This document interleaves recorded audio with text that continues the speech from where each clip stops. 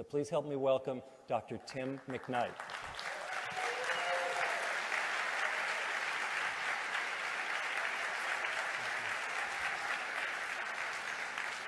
Thanks, Stan. Let's leave the mics on. Good afternoon, everybody. This is really exciting. I want to first thank Daniel. I've never met Daniel, but I know this is his big event, and without his approval, I wouldn't be up here. And obviously, thanks Stan, who's been a tremendous support to me, and everyone else on the planning committee.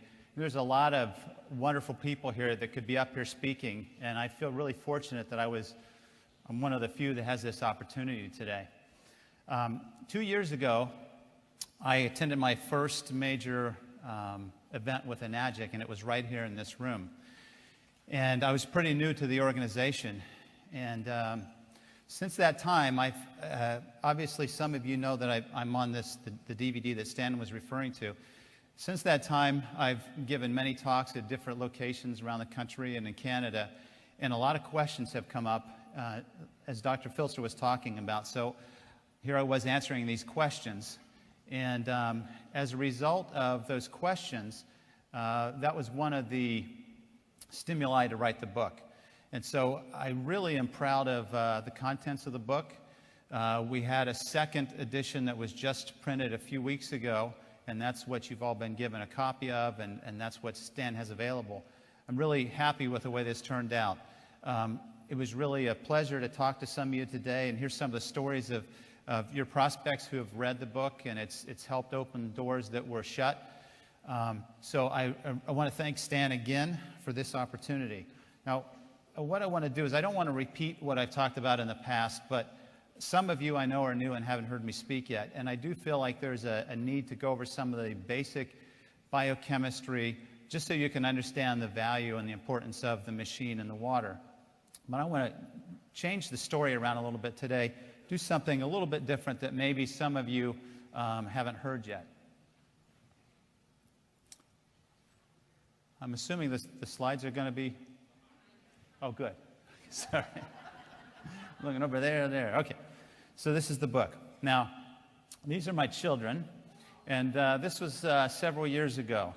But I have a very active family, and they're the reason I do everything I do.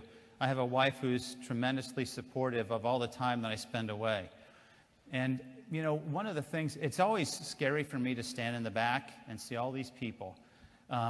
But several of you came up to me today and said things that really reassured me that we're all a family here. We're on the same page. We want to promote healing throughout the world. And I join you in that effort.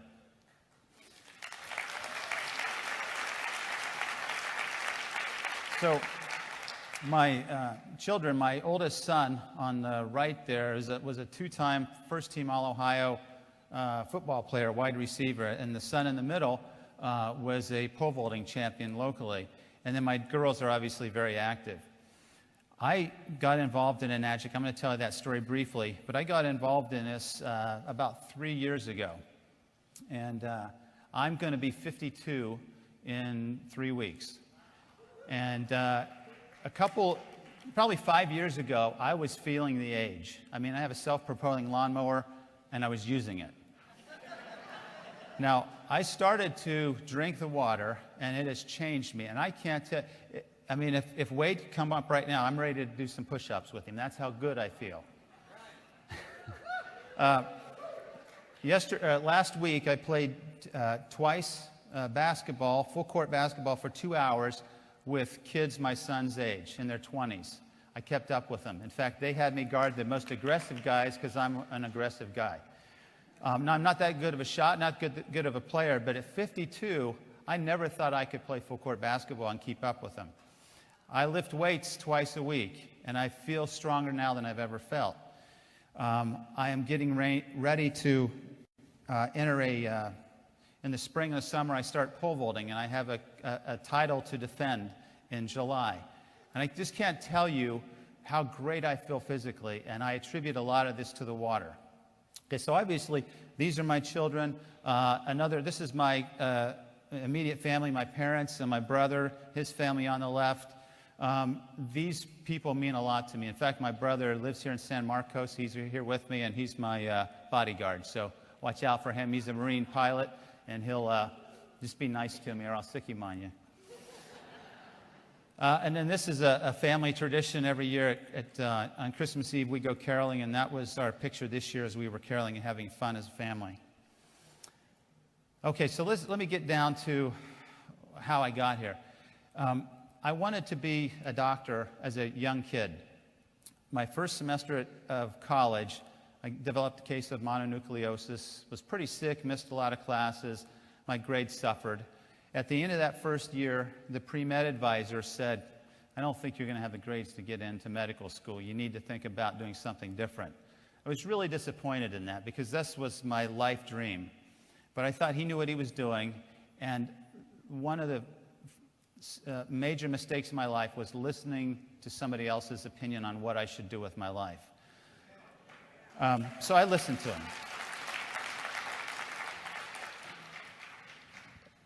And so I got my degree in nutrition. And then I went to graduate school. This is at Ohio State. Did my PhD coursework there. Worked in the laboratory. Was a lab technician. Helped fellow students get their degrees. And this was 8 years later. I'm accepted into medical school, completed the coursework, but hadn't finished the research. A lot of hurdles, long story. I decided I had this opportunity to go to medical school. I had to pursue it. After 8 years, I didn't quite reach that goal. But it's taken me on a path that I'm very happy with at this point in my life. So I went to medical school at Ohio State. And I'm really happy. There's, I would guess, probably a half dozen medical doctors like me in the audience, and I think that's phenomenal. And it's really nice to know that you're out there because we're kindred spirits, and I know that you can identify with some of the experiences that you had in medical school because allopathic doctors are the standard American doctor, and we go to schools like Harvard and Ohio State and Loma Linda and all these other medical institutions. And we're trained to diagnose disease, and then we're trained to manage it with medications or procedures. And really what medical doctors are, many times, are managing chronic disease, and there's not a lot of effort or energy put into reversing or preventing disease. So after I completed all my training, I was finally grown up. At the age of 40, I had my first job. Took this job at Trinity Hospital in Northeast Ohio, rural Appalachian area. Let me tell you about two patients that I recently took care of because in addition to my medical practice, I also take care of people in the hospital. So these are two recent patients I took care of. 56-year-old woman, 550 pounds. She was on her way to the doctor's office when she tripped and fell and hurt her knee, and she couldn't get up. Didn't know what to do with her, so they brought her to the emergency room. Nothing's broken, but she couldn't walk. They found that she had a urinary infection. Normally, we'd send you home, but here's a person that can't walk, can't go home. What are we going to do with her? Well, I was on call, so they called me up and said, you need to admit her to the hospital. So we had her in the hospital for 4 days. Guess how much that cost us? Okay, now, we were not really doing much for her, okay, but we had to. Here's her medical history. Here's her social history. She had breast cancer. She had the radiation burns that Dr. Filzer was talking about. She had, when I walked in the room to see her one day, now she's a diabetic, on her tray she had a Snickers bar and a Mountain Dew can of pop. When she rolled over, she would need help moving her abdominal pannus. She was that big. You could smell her from the doorway. These are her list of medications. And there's the beloved Coumadin that every physician absolutely hates and is scared of because of the disasters that can follow it. The monthly retail cost of these medications, almost $2,000. This adds up to $22,000 a year to manage chronic medical conditions that a poor lifestyle have invited. Okay, that's modern health care. Another patient I took care of, this was his leg after he was improved. 67-year-old male who went to the hospital because he couldn't breathe and he couldn't walk. 445 pounds when he was admitted, and when he was discharged, 8 days later, he had lost 50 pounds of fluid. Okay? We call this diuresis. We got the fluid off of his system. Here's his medical history. Here's his surgical history. Here's his medication list. Now, what do you think about healthcare in America? I mean, when I see this, this is why I do what I do, because I can't stand for this. This is not helping people heal.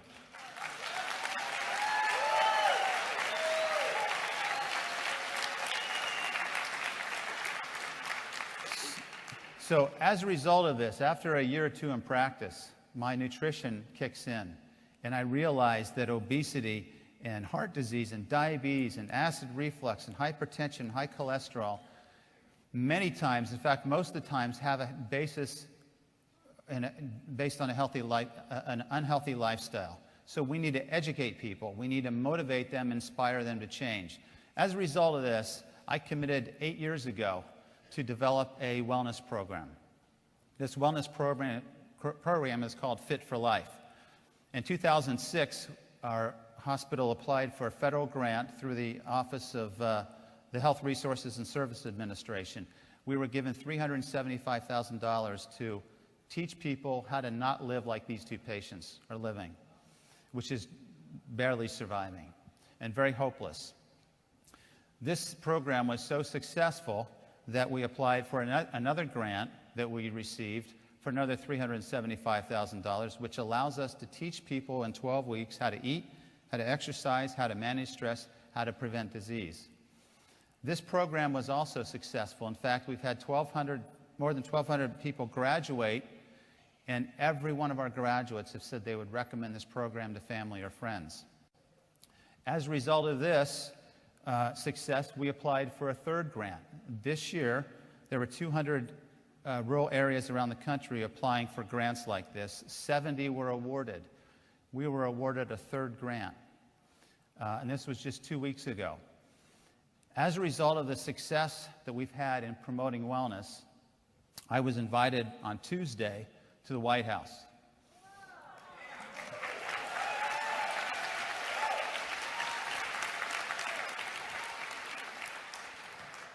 The president had appointed a committee a year ago on a rural council on improving health in rural America.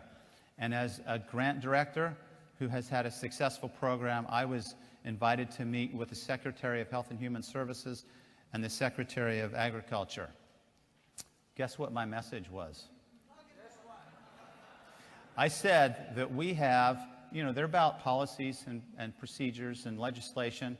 And I said, when I finally had my moment, there's no question that we need help and we need legislation.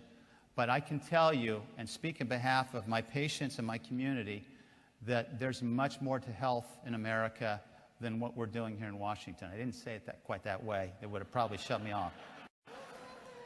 But I said there's a poverty of thought, there's a poverty of belief in themselves, there's a poverty of hope, there's a poverty in education and understanding health and wellness, and that's what our program is designed to do. And one thing that I know, and I know you will all confirm this with a resounding yes, is that we all here believe that we need to empower individuals to take charge of their own health.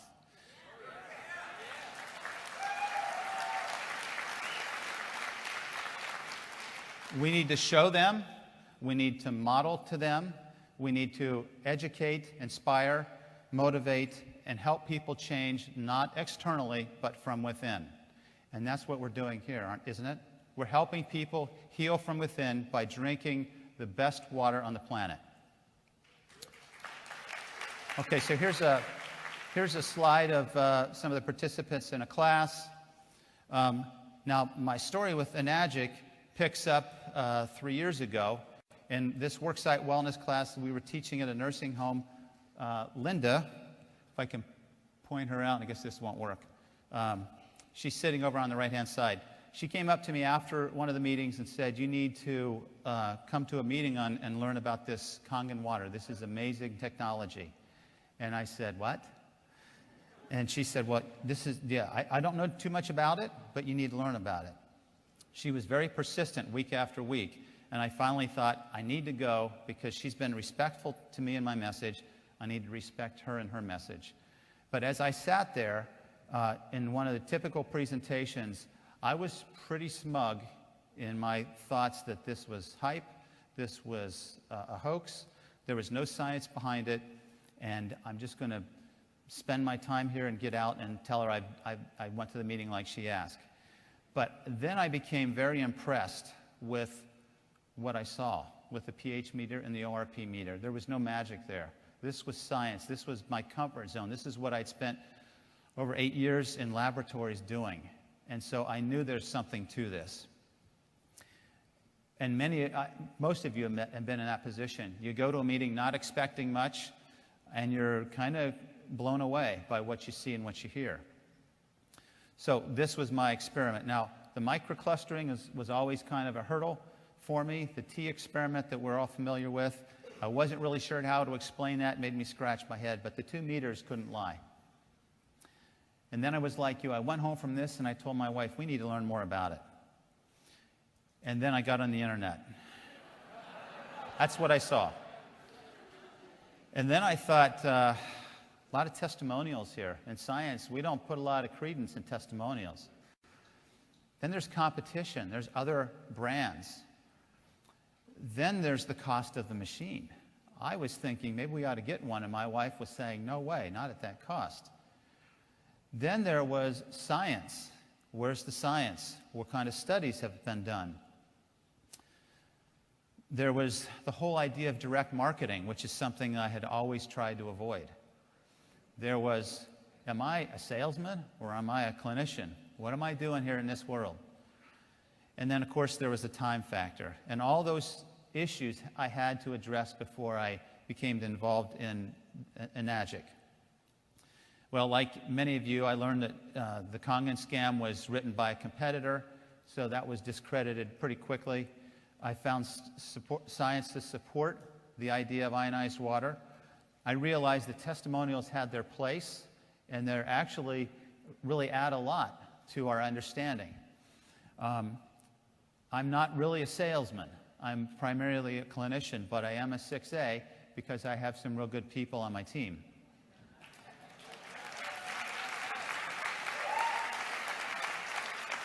I have no problem with direct marketing because I think it's the best way to market a product. So I got through the hurdle.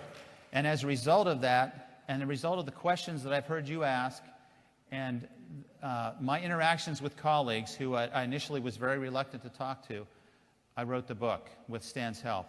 And I think it will be a great help for all of you. I'm really glad that you all got a copy of it. Some of you got the first about the first version.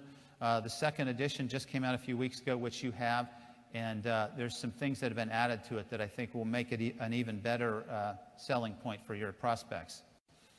Okay, so that's my introduction into Kangen Water. I want to talk briefly about the medical side of this and get through this as quick as I can because this is all really outlined in the book. We talk about stress as an imbalance of forces. And this particular stress that we need to understand in health is oxidative stress. In oxidative stress, the vehicle for oxidative stress is free radicals. What's interesting is we knew about free radicals and their role in diseases and in aging way back in 1956. This article was published in the Journal of Gerontology, but it's laid dormant until just recently. So a free radical is an unpaired, negatively charged particle. It moves at high speeds, and it steals electrons from adjacent atoms, and it makes those atoms then unstable because nature likes stability. And so when you lose that stability, when those electrons aren't paired, you have a reactive molecule. Okay, and this is believed to be the root cause of aging and disease. All right, now people say, well, where do they come from? Well, most of the free radicals are generated in our day-to-day activities. Anytime you breathe oxygen, you're going to make free radicals. When you exercise, you're going to breathe more oxygen, make more free radicals. Our body is designed to manage that, no problem. What it's not designed to do is the overwhelming additional sources of free radicals. And these are some of the additional sources. Okay, so let me try to get through this kind of quickly for you. Some of you have heard this. Don't know why my clicker's not working. There we go. Okay, so Mr. Oshiro talked about turmeric, one of the best antioxidants that you can take. All of the medical conferences I've gone to recently have talked about turmeric. It's an absolutely wonderful product. What antioxidants do is they donate an extra electron. They have an additional electron that they can donate to stop or to neutralize the propagation of free radical reactions. And that's what this slide is depicting. When you have excessive free radical destruction, it affects various tissues. It will attack proteins, it will attack nucleic acids, it will attack lipids or fats. When it attacks the collagen, which is a protein that's a very strong protein, it will cause the skin to age prematurely. When it attacks the elastin protein in the arteries become stiff because the protein changes its structure, and hypertension follows. Many of you will have normal blood pressure until you hit your 60s or 70s, and then all of a sudden you have high blood pressure. It's because of the aging process of those blood vessels that happens many times.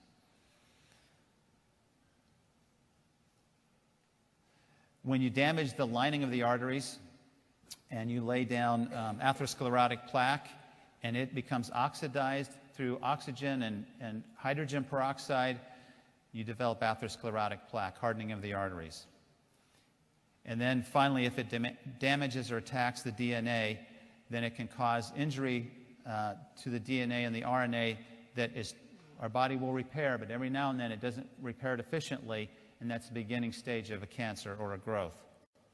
So, as I said, nature, or in my belief system, this was God, already provided a way to protect us against the typical free radicals that we would be exposed to throughout our lifetime. And that protection comes from the foods we eat.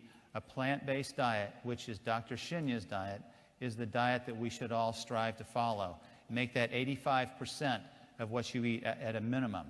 We really need to get back to fruits and vegetables, nuts and grains and whole seeds, and we need to eat them in the raw form as much as we possibly can. And if any of you have heard Chan Stratton or Wade Lightheart talk, you know that they really pound this message very strongly. This is just a nice slide that shows you the oxygen radical absorbance capacity of many of these foods. Okay, so if you look, you can see the numbers. These have very high antioxidant potential, and if you kind of group these together, you'll see that the berry family and the bean families are some of the most healthy foods that you can eat because they're rich in antioxidants.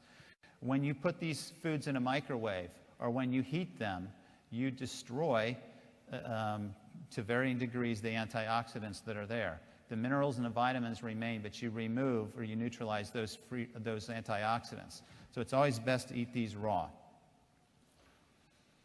Okay, because antioxidants are so important, our cells have gone to extreme measure to protect us against the exposure of free radicals in different locations in our body. So on the cell membrane, vitamin E and beta-carotene are the primary protector of that particular structure. They're antioxidants. Outside the cell, in the fluid, it's vitamin C and a compound called glutathione. Inside the cell, I don't need to read these to you, but your body is an amazing machine. It's designed to heal itself.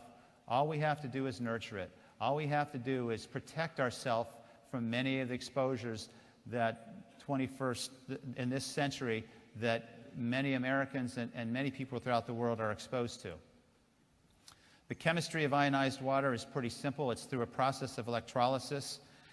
We put two probes in water with a semipermeable membrane. We apply a current, and the electrons split off of the hydrogen in water, so water actually splits. And by convention, the electrons, as you can see on this diagram, flow towards the cathode side of the reaction. That is the side of and this is what's happening inside the unit. That's the side that makes alkaline water because it makes hydroxyl groups. Remember that when electrons are flowing, electrons are what we need to neutralize free radicals. So what you get in the alkaline water is free electrons. They're not necessarily free, but they're bound to hydrogen in a very weak manner, and they can easily be donated. So that's what the machine is doing. Now, on the opposite side, you have acid water. That water is not an antioxidant, it's oxidizing.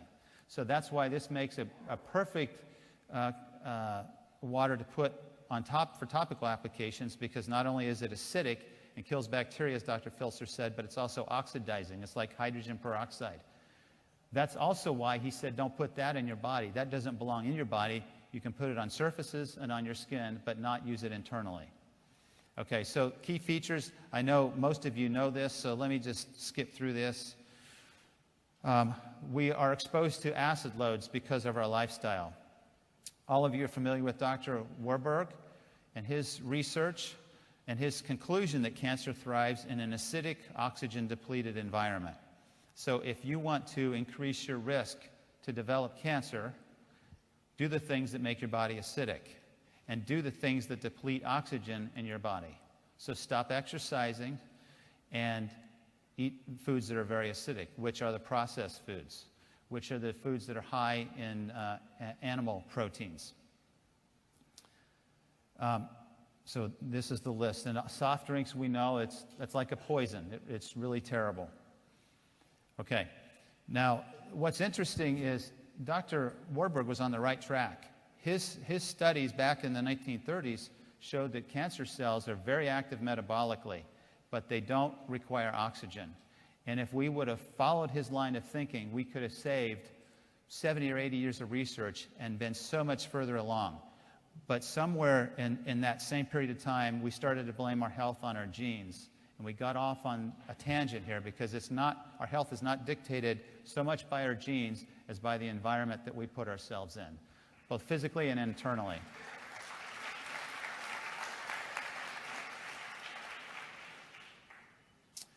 Dr. Filser mentioned there are buffers in our body. The lungs are the best buffer. The kidneys are, and the lungs are a long-term buffer. They're fast-acting. Then the kidneys, and then we have these chemical buffers. And these chemical buffers is where the ionized water can contribute to neutralizing the acidic buildup in our systems.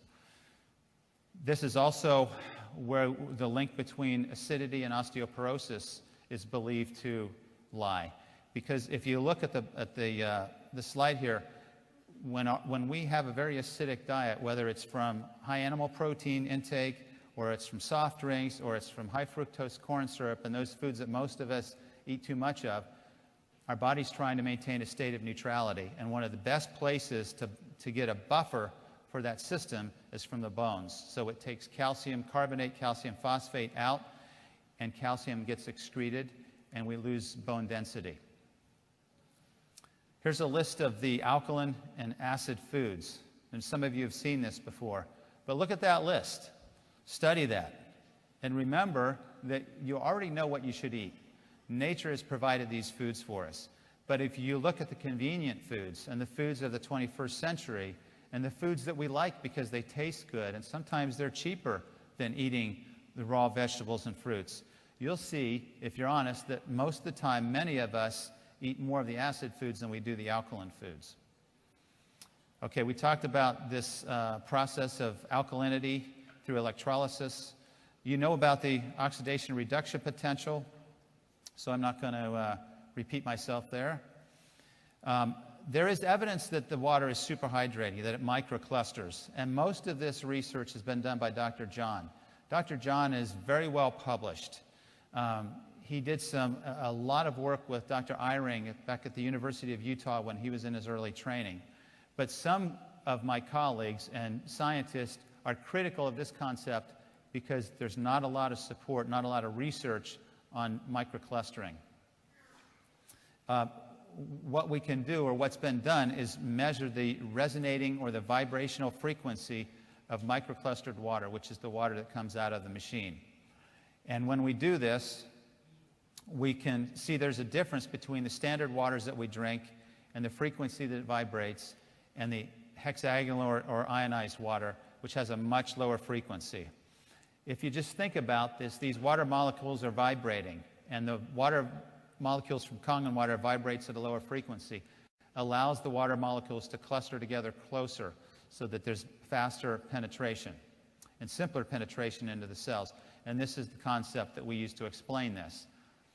But again, if you're going to talk to a scientist, they're going to want to see more evidence than this. This was included in the second edition of the book because this is fascinating. If you have a physician or a skeptic who says water is just water, tell them to look at the research by these Nobel Prize winners in 2003.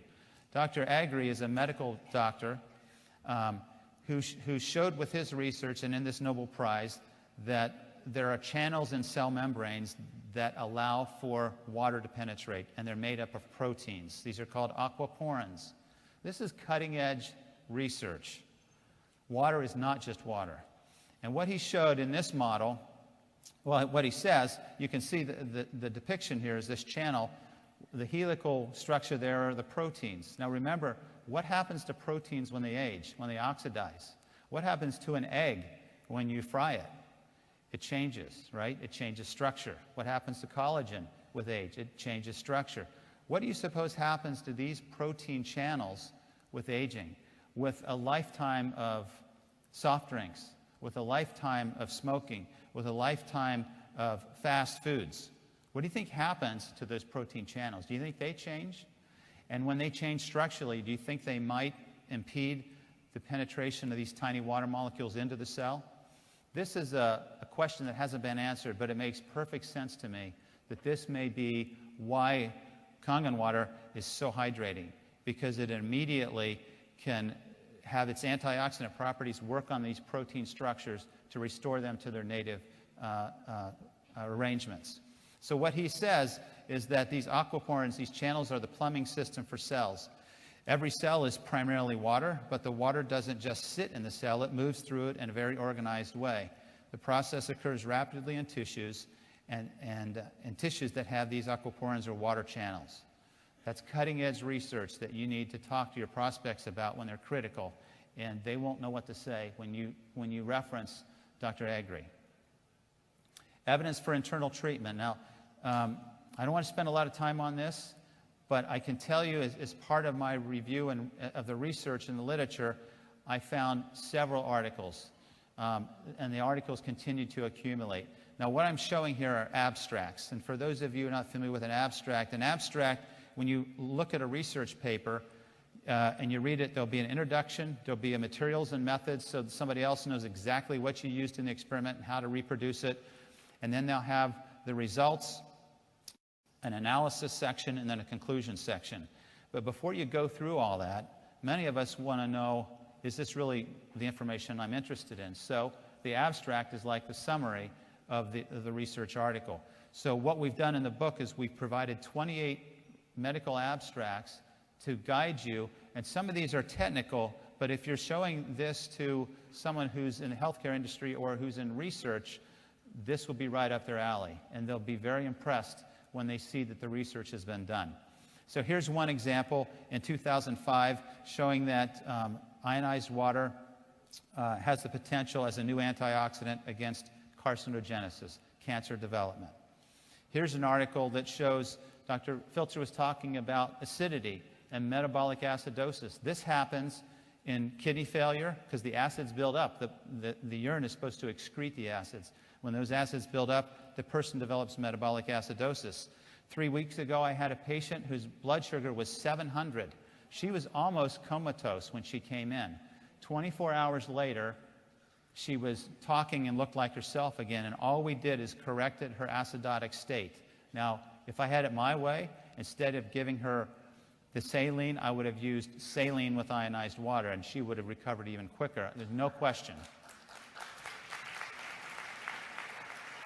But this study showed that alkaline ionized water should be considered as a major safe strategy in the management of metabolic acidosis in kidney patients. Now, this study was done in animals, okay?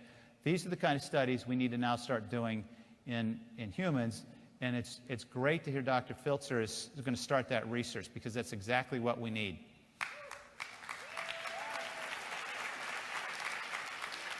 Another study on tumor development and the ability of alkaline water to stop that.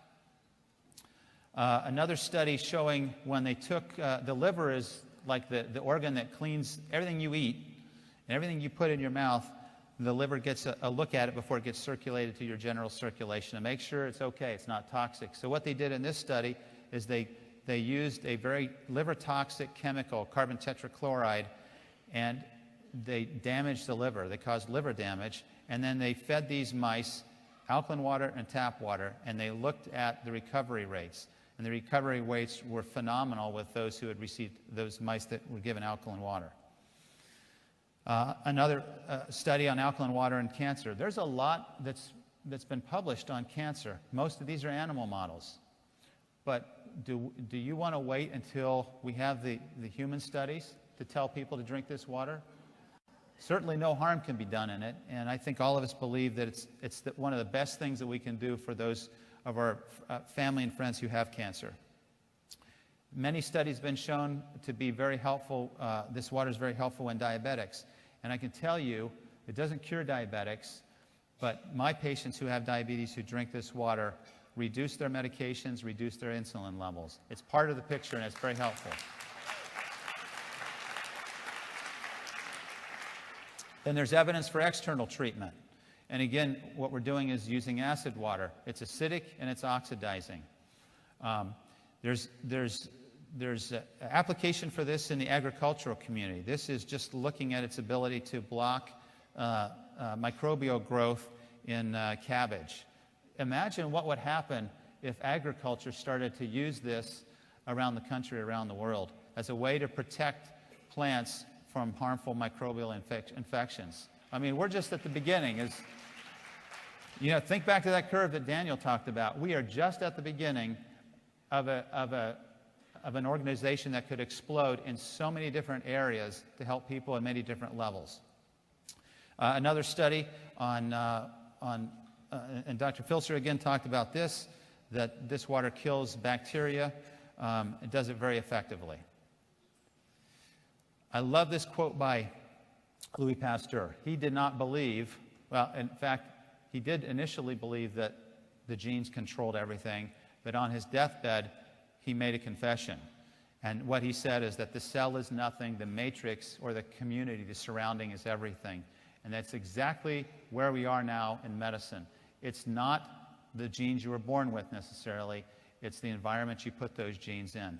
From the energy around you, from the thoughts, from the foods you eat, from the way you exercise, from your exposure to sun, to pollutants and harmful agents, it's the matrix. If you want to change your health, change your matrix. Okay, so why are physicians slow to respond to this? Well, as you know, they want peer-reviewed studies, and they're limited. This is a major paradigm shift for allopathic physicians like me, because we're not trained to go out on the periphery and the edge of science. We want mainstream. We want to know that all of our colleagues are doing the same thing. But I'm so far away from that now that I have to be careful I don't end up on some other planet, because I just think the model is wrong. So again,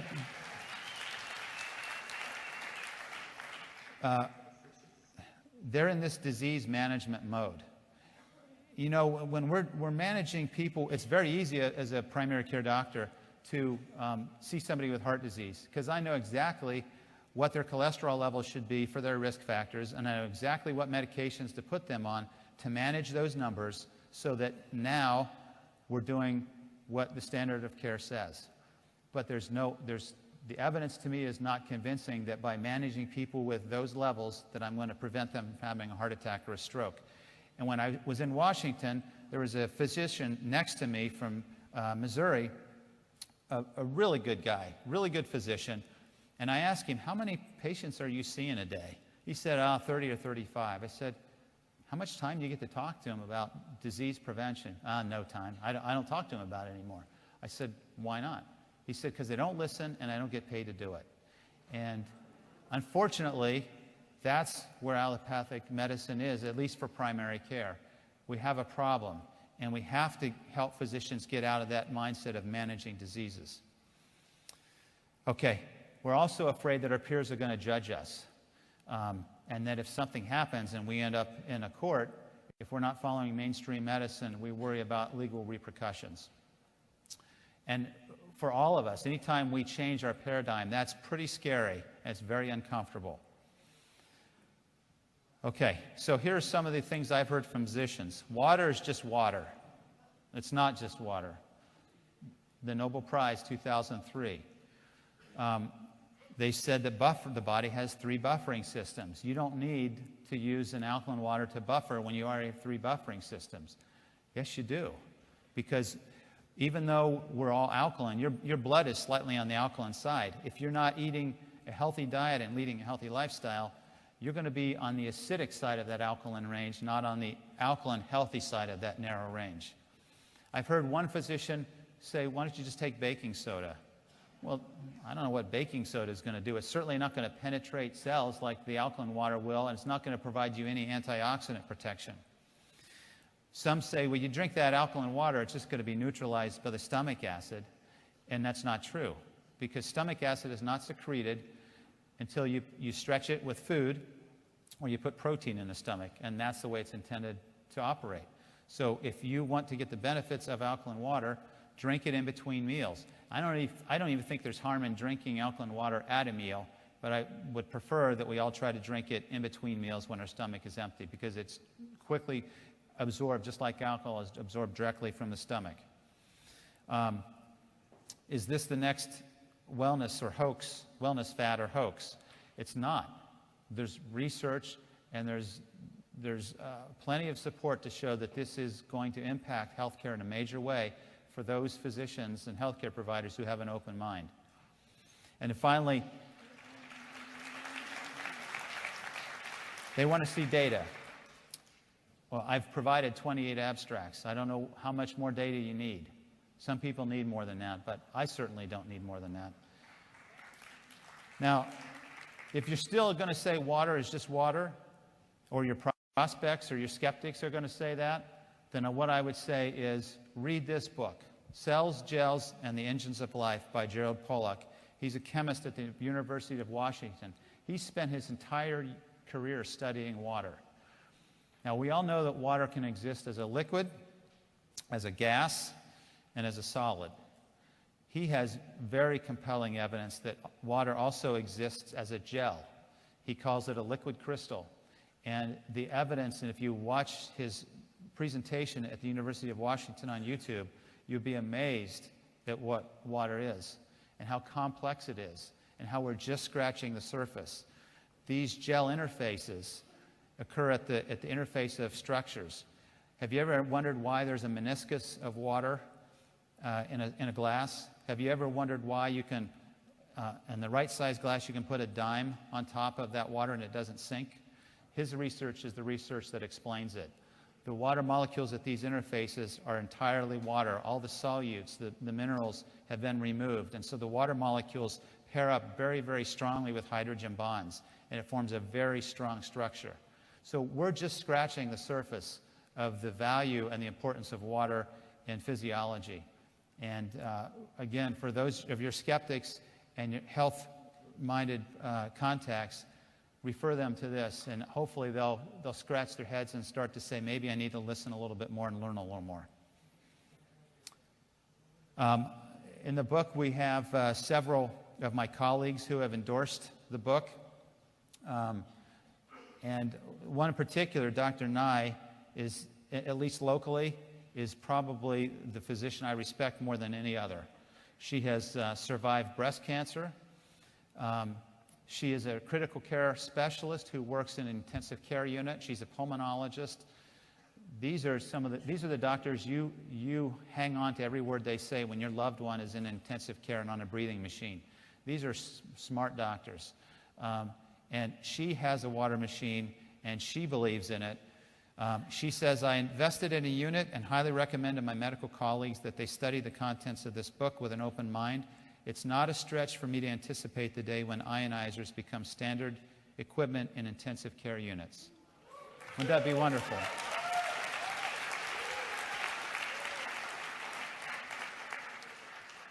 Okay, so frequently asked questions. Rather than answer them here, you can read them in the book, because you all have one now. What's that? That's all a lot of mumble. I'm not sure what you're saying. Okay, when you're approaching healthcare providers, this is what I would suggest you do.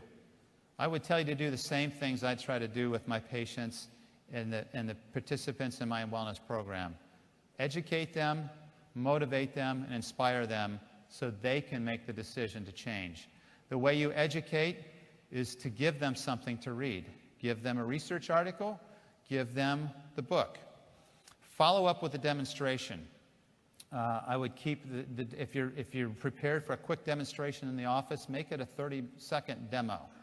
If you can get them to come to a meeting, that would obviously be ideal, because there's a lot to learn at a typical enagic demonstration meeting. And then you can motivate them by asking them to drink the water themselves, to have their own experience with the water. And at lunch, Wade and I were talking. I know Daniel says just drink the water. I tell them to do that as well, but I really like Wade's approach, and that is put a machine, give them a loaner. Give them a loaner for a week or two. Get them comfortable with it. Get them using it for all the different applications it offers. And then introduce them to others who have a story, because those stories, while part of my critical thinking says, that's a testimonial, the other part, there's a visceral response. And when someone's telling you a story with tears in their eyes, and there's no other explanation of how a loved one turned their health around in this water, it's moving and it's compelling. So I think they need to be exposed to those messages as well. But what you need to remember, and most of you all already know this, is you're not selling anything. You're helping them decide they have to have one of these because of the benefits that it will give them and their family. Now, the last thing I want to say is, as a family physician, I tell my patients, and every time I have an opportunity to talk, it's not just drinking water, it's not just eating the right foods, it's not just supplements, it's all of those things. But if you do those things and you neglect the other lifestyle choices, you will not have that balance in your life. You will still be in a state of oxidative stress. So very few of us are going to eat the perfect diet. Very few of us are going to have a perfect lifestyle. But if you really want to see your health change, you have to eliminate these oxidative stress exposures on the right-hand side, because this is where the health will really start to turn around in conjunction with the water and nature's foods. So my keys to health and wellness: believe in your body's ability to heal itself. No question, the mind is the most powerful tool we have. Secondly, eat what nature has provided for you. And this should be primarily plant-based. I think supplements have a role.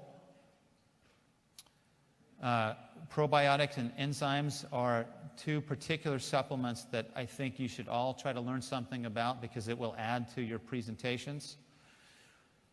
I personally am a proponent of bioidentical hormones, and I think there's a role there. But some of you know what I'm talking about, some of you don't. But let me just say, a healthy lifestyle, the lifestyle we've talked about, eating nature's foods, exercising, managing stress, resting, drinking ionized water, 9 times out of 10 will remove the need for bioidentical hormones, because our body will be balanced by those other things. And then I suggest that we all exercise. And if that's a word that makes you have an allergic reaction or feel nauseous, then just start moving. Just start moving a little bit more every day. And then we have to manage stress. And obviously, we need to drink this water, because of everything I've listed here, the simplest, the cheapest, the easiest way to impact your water, impact your health, is to drink ionized water. Drink Enagic's Kangen Water.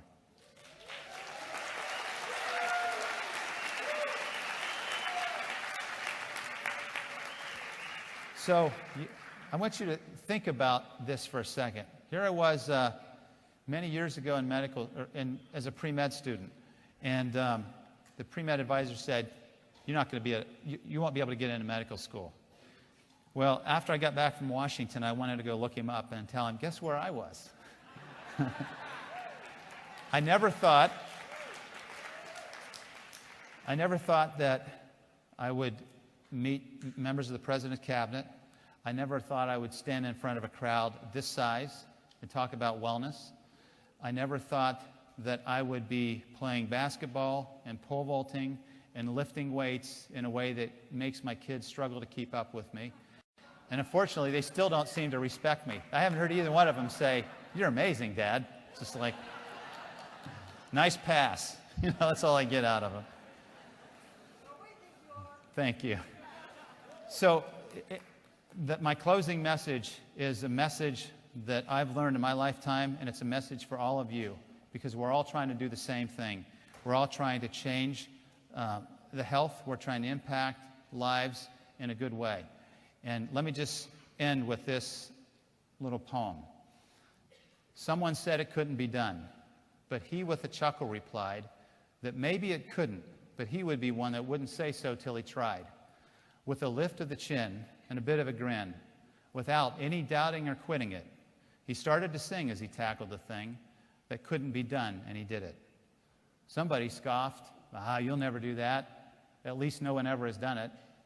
But he took off his coat and he took off his hat. And the first thing we knew, he'd begun it. There are thousands to tell you it cannot be done. There are thousands to prophesy failure. There are thousands to point out to you one by one the dangers that wait to assail you. But just buckle right in with a bit of a grin. Just take off your hat and go to it. Just start to sing as you tackle the thing that cannot be done, and you'll do it. Thank you very much. Thank you.